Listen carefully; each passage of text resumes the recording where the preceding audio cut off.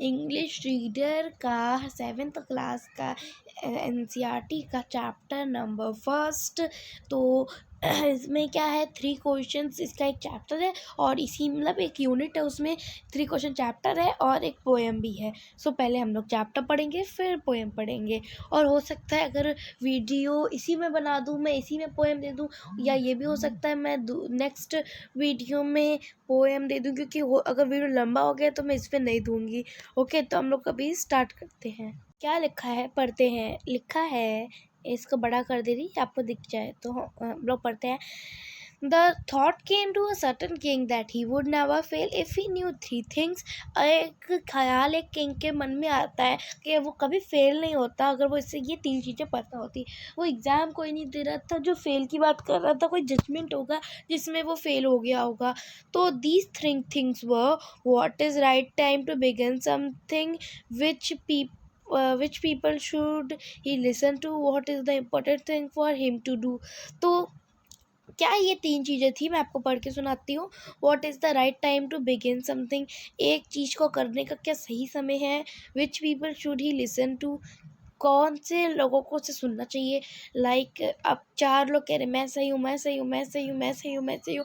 तो आप बताइए कि किंग को किसे सुनना चाहिए, कौन सही होगा। तो किसी को नहीं पता, तो यही पूछ रहा है वो कि उसमें से मतलब कि उसे किसका सुनना चाहिए। Listen to, which people should he listen to, किसकी बात सुननी चाहिए किसकी नहीं। What is the most important thing for him to do, क्या उसके लिए सबसे ज़रूरी चीज़ें उसे करना चाहिए। ओके, तो यहाँ पे लिखा है फिर आगे, the king therefore sent messengers throughout his kingdom promising a large sum of money to anyone who will answer these 3 questions। तो किंग फिर therefore इसीलिए अपने मैसेंजर्स को पूरे किंगडम में फैला देता है और उनसे कहता है कि promising a large sum of money to anyone, और फिर उनसे बोलता है किसी को तुम पैसा दो बट उससे आंसर लेके आओ। और ये मतलब ये बोलता है कि मैं तो उस जो इसका आंसर दे देगा उसे बहुत पैसा दूंगा। ओके, तो who would answer this 3 question. Many wise men came to his kingdom, but they all answered his question differently। तो बहुत आदमी उसके यहाँ आए पर हर लोगों ने इसका क्वेश्चन डिफरेंट तरीके से सॉल्व किया। और फिर आगे लिखा है, जैसे लिखा है यहाँ पे लिखा भी है, Many wise men came to the kingdom, but they all answered his question differently। बहुत बुद्धिमान विद्वान लोग वहाँ पे आए पर सब लोगों ने आंसर डिफरेंट किया। In reply to first question, जो फर्स्ट क्वेश्चन था वो what is the right time to begin something, उसके रिप्लाई में आंसर दिया लोगों ने। Some said the king must prepare time table and then follow it. और कुछ लोगों ने बोला किंग को एक टाइम टेबल बना लेना चाहिए और फिर उसे फॉलो करना चाहिए, क्या क्या चीज़ को क्या समय पे करना है। फॉलो इट स्ट्रिक्टली, और फिर स्ट्रिक्टली उसे फॉलो करना चाहिए। Only in this way they said could he do everything at proper time, और इसी वे में टाइम टेबल बनाने से ही वो हर चीज़ अच्छे मतलब प्रॉपर टाइम पे कर सकता है। Others said that it was impossible to decide in advance that the right time for doing something। और फिर और लोगों ने कहा कि ये बहुत मुश्किल है डिसाइड करना इन एडवांस क्या चीज़ राइट टाइम है किसी चीज़ को करने का। The king should notice all that was going on. फिर किंग सब कुछ वो देखता है, क्या वहाँ चल रही होती बातें सब सुनता है। और फुलिश प्लेजर, और फुलिश प्लेजर मतलब बेकार की बातें नहीं सुनता है, बस वही सुनता है जो काम की है। Okay, and always do whatever seem necessary at that time, और वो ही करता है जो उसे उस समय इम्पोर्टेंट लगता है, नेसेसरी लगता है, जैसे कि यहाँ लिखा भी है eight that time. Yet others said that the king needed a council of wise men who would help him to to कहा गया, हाँ yes, yet others said that the king needed a council of wise men who would help him act at the proper time। और कुछ लोग बोलते हैं कि उसे एक काउंसिल लेनी चाहिए वाइस मैन्स की, जो वो उसे बताएंगे क्या चीज़ प्रॉपर टाइम पे करनी है। कि यहाँ पे जैसे काउंसिल का मीनिंग लिखा भी है, मैं आपको दिखाती हूँ, ये दिख रहा है आपको। council a group of people chooses to give advice or rule to make a rules। तो एक ग्रुप बनाया जाता है कि आप लोगों को पता होगा, उरी पिक्चर तो सब लोगों ने देखी होगी। तो उसमें आप लोगों ने देखा होगा कि जब पाकिस्तान वाले इंडिया पे अटैक करते हैं तो इंडिया वाले जब मोदी जी काउंसिल बिठाते हैं मिनिस्टर की, हम लोगों को क्या करना चाहिए। एक मिनिस्टर बोलता है हम लोगों को उनके घर में घुस के अटैक करना चाहिए, लाइक पाकिस्तान को में अटैक करना चाहिए, सिर्फ उन्हीं लोग जिन्होंने मारा है उन्हीं को हम लोग मारेंगे और किसी को नहीं। तो ऐसे सब लोग बताते रहे। अब ये सब लोगों ने अपनी अपनी एडवाइस दी। अब लास्ट डिसीजन तो मोदी जी के ही हाथ में था। तो वही मैं बताना चाहती हूँ कि जब काउंसिल होती है उसमें बहुत सारे मिनिस्टर या वाइस मैन बैठते हैं, तो वो लोग एडवाइस देते हैं या रूल बनाने में हेल्प करते हैं। तो ऐसे ना बहुत इजी हो जाता है कि क्या चीज़ सही क्या चीज़ गलत है ये जानने में। Yet, this was because one man would find it impossible to decide it correctly। और एक आदमी ये क्यों कहता है कि उसे वाइस मैन की काउंसिल लेनी चाहिए, क्योंकि वो आदमी कहता है कि ये इम्पॉसिबल है डिसाइड कि ये इम्पॉसिबल करेक्टली बताना कि राइट टाइम किसी एक्शन को करने का क्या है। But then others said that there were some things which could be urgent, these things could not wait for decision to the council। और फिर क्या पोएट लिखता है, but then others said that there were some things which could be urgent, this thing could not wait for the decision of the council।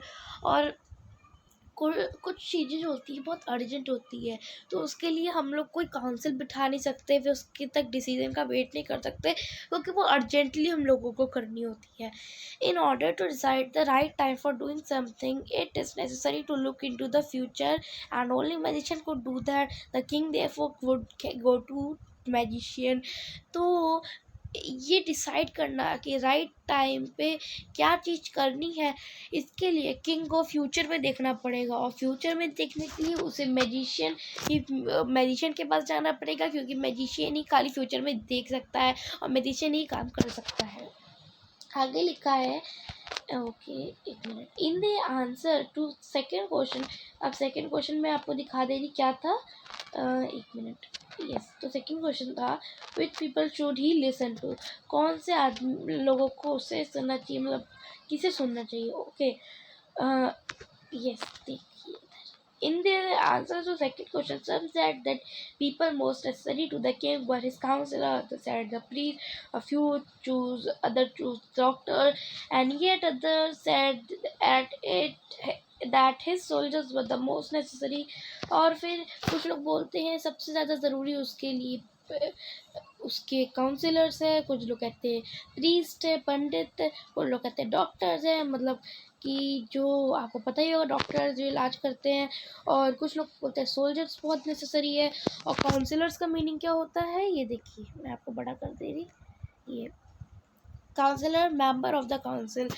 Council क्या होता है, group of people choose to advise to और make to rules. तो group of people लिखा है ना, तो जो पीपल है उसमें पीपल को क्या बोलते हैं, हाँ वो कोई भी पोस्ट में हो पीपल, चाहे वो मिनिस्टर हो, चाहे वो लो पोस्ट में हो, चाहे वो हाई पोस्ट में हो, किसी भी पोस्ट में हो, पर अगर वो काउंसिल में बैठेगा तो वो काउंसिलर्स ही कहलाएगा।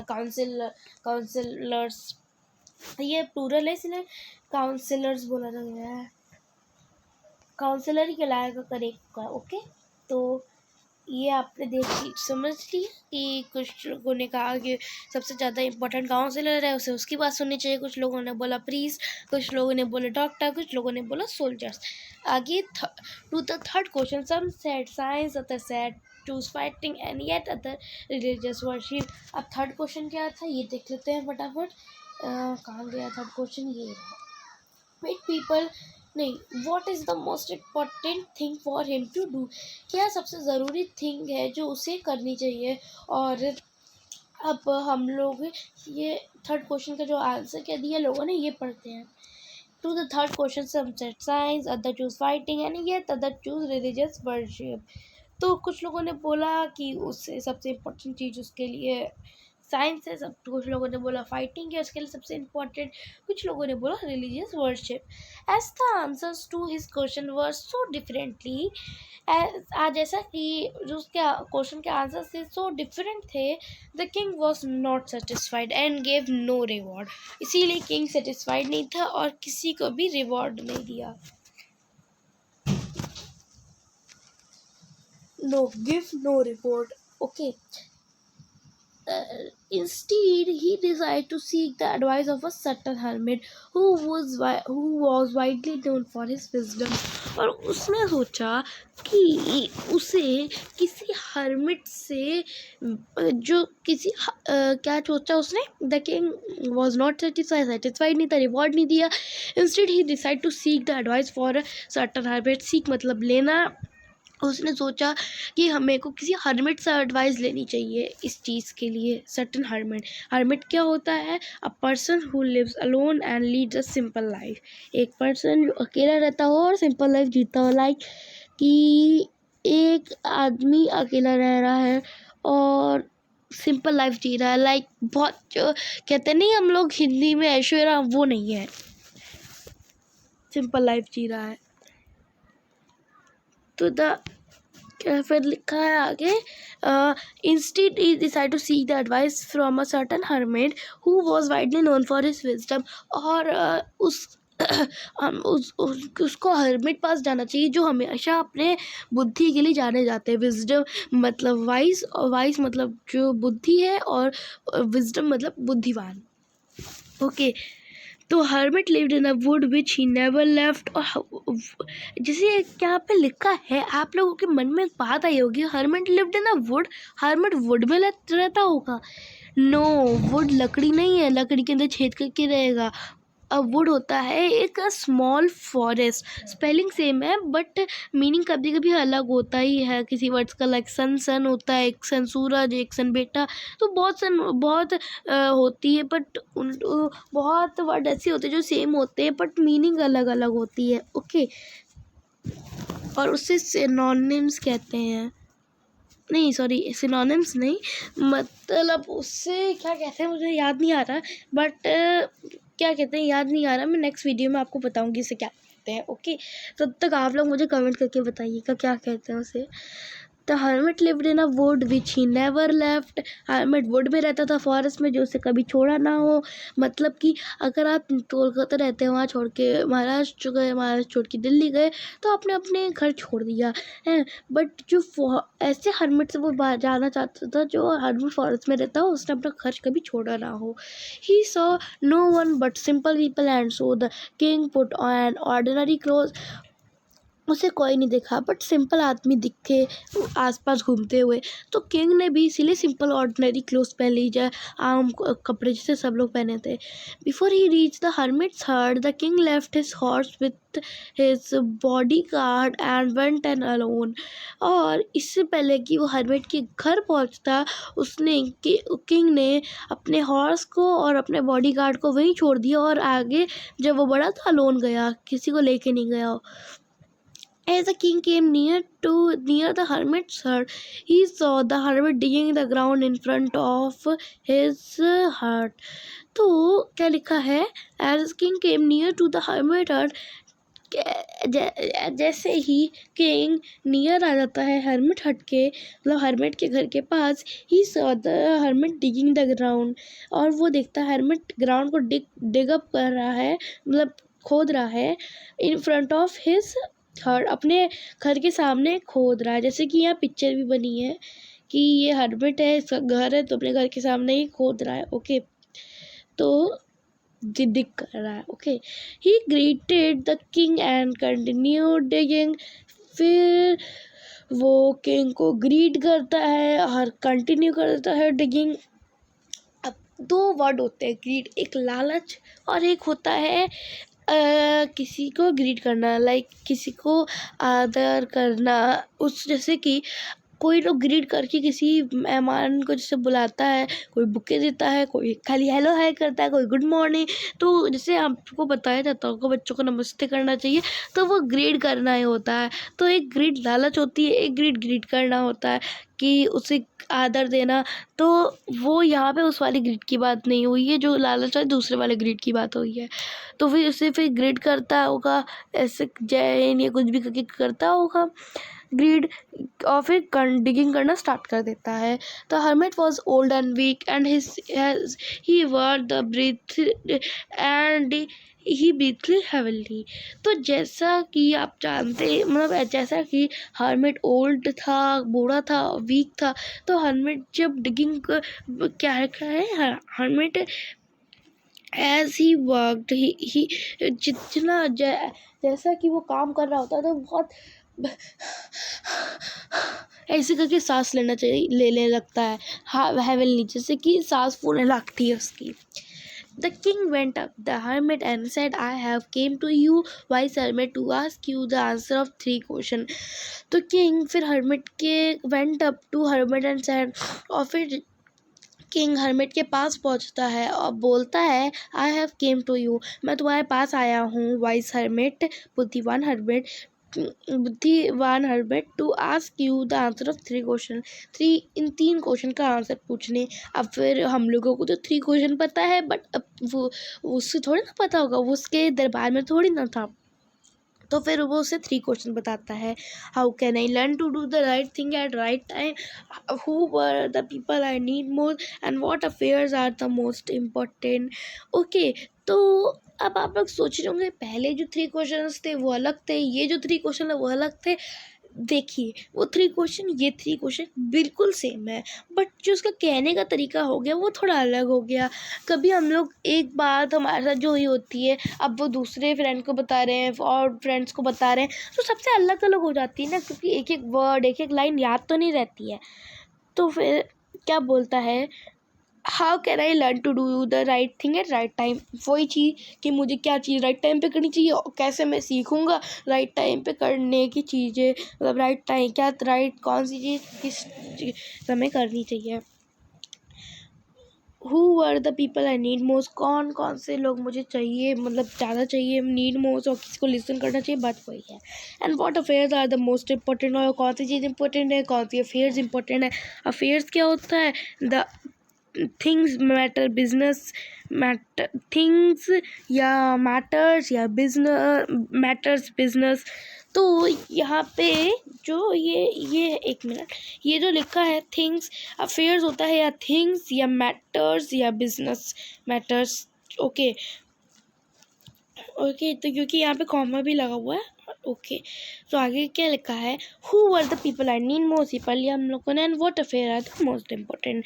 The hermit listen to the king but did not speak, hermit king की बात तो सुनता है बट कोई आंसर नहीं करता। ही वेंट ऑन डिगिंग, डिगिंग करता रहता है।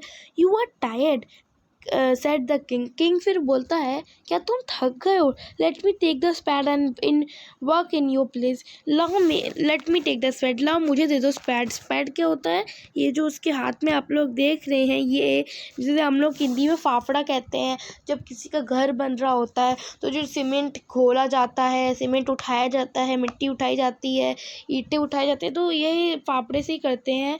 तो ये फिर किंग क्या कहता है, मेरे को देखिए कितना ओल्ड एंड वीक है ना ये। तो किंग बोलता है, लाओ मुझे दे दो अपनी स्पैड, अपना फावड़ा, और फिर मैं तुम्हारी प्लेस में वर्क करता हूँ।